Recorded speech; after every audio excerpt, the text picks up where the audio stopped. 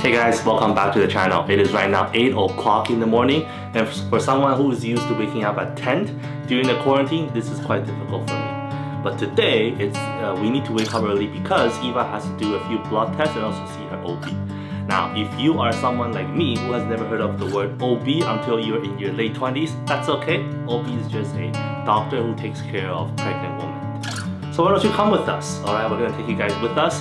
And today I'm going to tell you about my top 4 fears as in expecting that. And at the end of the video, I have one additional fear that is probably too stupid to count. So make sure you watch all the way until the end.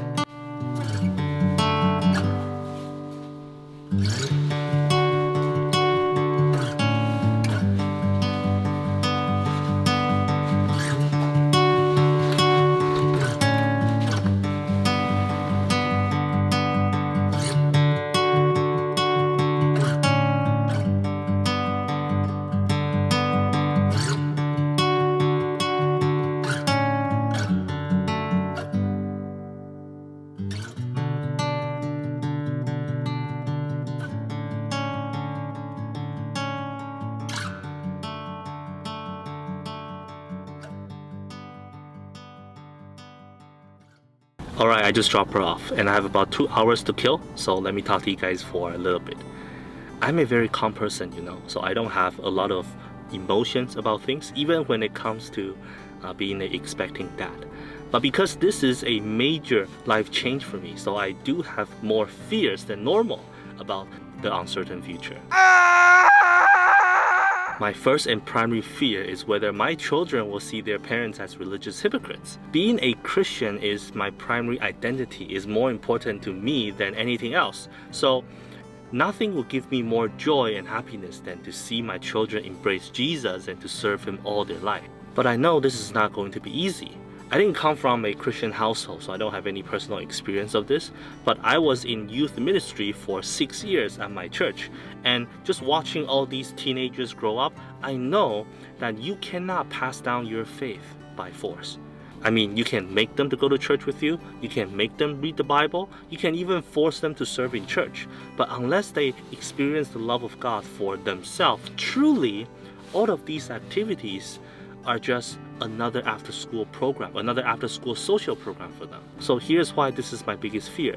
I've seen how young people are very good at sniffing out hypocrisy. So if you're around them often and you're not the real deal, then they will start to see faith as restrictive, as legalistic, as boring. And I don't want my children to see faith like that. But the truth is, even though I am a pastor on so many days, I am just inadequate. Right? Like my prayer life is not there, my devotional life is not there. I'll be preaching something on Sunday, and then on Monday, it looks like I've forgotten what I just talked about a day ago. So if my children are living with me day in and day out, are they going to see Eva and I as religious hypocrites? Are we going to be able to pass down the faith that is such a treasure to us, to our children? I don't know. My second fear is about my inability to say, I love you. Or in general, my inability to express my love in words and affirmation towards others. I don't know what it is about me, but I just feel super awkward to say things like that. And this is one of the flaws about my personality that I really would like to change, but I cannot, or at least I don't think I can change in time before my baby is born. When I was a kid, sometimes before we go to bed, my brother would just run over and then say, Daddy, I love you, Mommy, I love you, and then run back to his bed to go to sleep. And I will resent him for that because he puts me in a very tough spot. I want to say the same thing to my parents because I love them too, but I just can't, you know? So then I would sit down near my parents and then just pretend to be occupied with something while trying to summon up enough courage to say the same thing to them. But most of the time, like 95% of the time, I just cannot. And eventually my mom will look at me and then she'll be like, okay, Ronnie, we know you love us, just go to bed. And then I will go to bed at that point. When I started dating Eva, a similar thing happened. Because we were long distance at the beginning of our relationship, so we will be on the phone and she wants me to say I love you to her every night. And then I will just try to negotiate my way out of it as a master salesman. And it would just make her so frustrated. And I will have to explain to her why this is me being awkward and stupid and weird, and it's not because I'm cheating on her. Honestly, this is one of the things that I want to change about myself, but I don't know if I can change in time. I know how important it is for kids to know that they're loved, for their parents to express their love for them in concrete words and affirmations. This is really good for their mental health, and it gives them a sense of confidence and security. But I don't know if I am able to do that as a dad. I don't know if I'm able to express my love for my kids using ways that they can understand as a child. Do you guys have this problem? Does any of you have this problem? Maybe you don't have a kid, but you are like me who just cannot express your love for your family or your partner.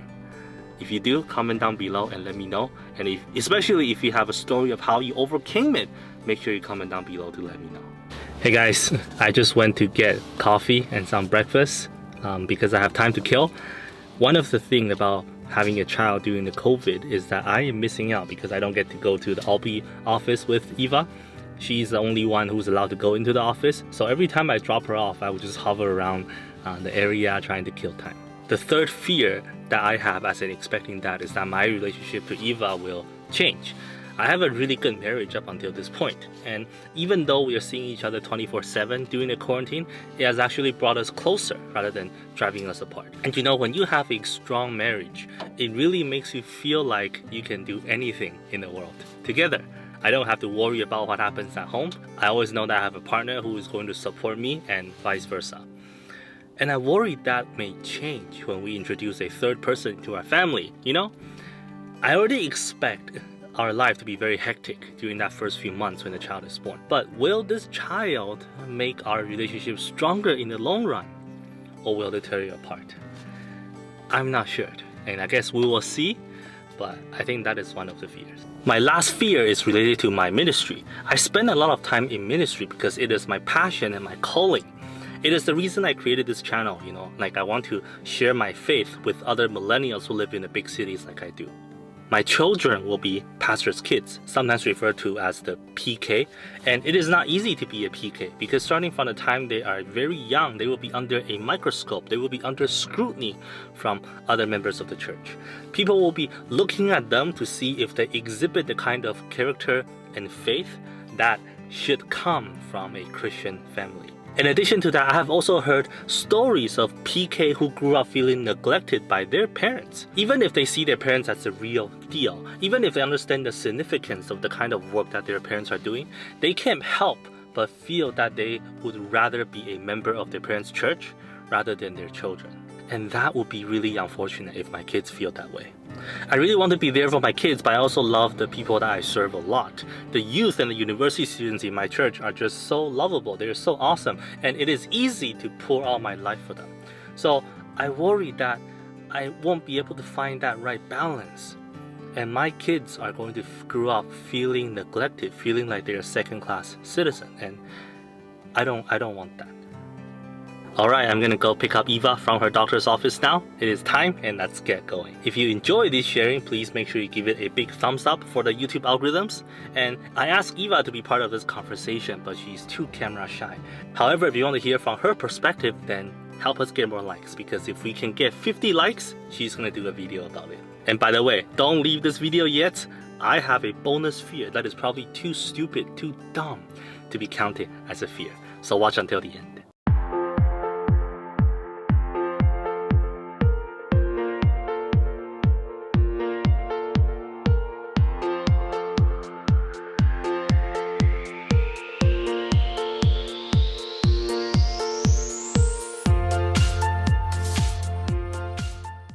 Okay, I have a confession to make. I have a lot of bad habits. I don't know what kind of impact it will have on them. For example, I flirt with my wife a lot at home, and it's often PG-13.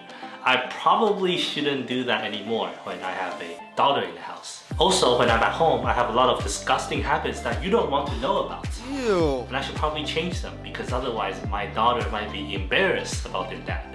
And in fact, being embarrassed about their dad might not even be the worst thing that can happen. Because what if they pick up the habits that I have? You know, like... Hey guys, thank you for watching this video. I hope you enjoy my sharing. And if you haven't done so, make sure you subscribe to this channel. God bless you, and I'll see you next week.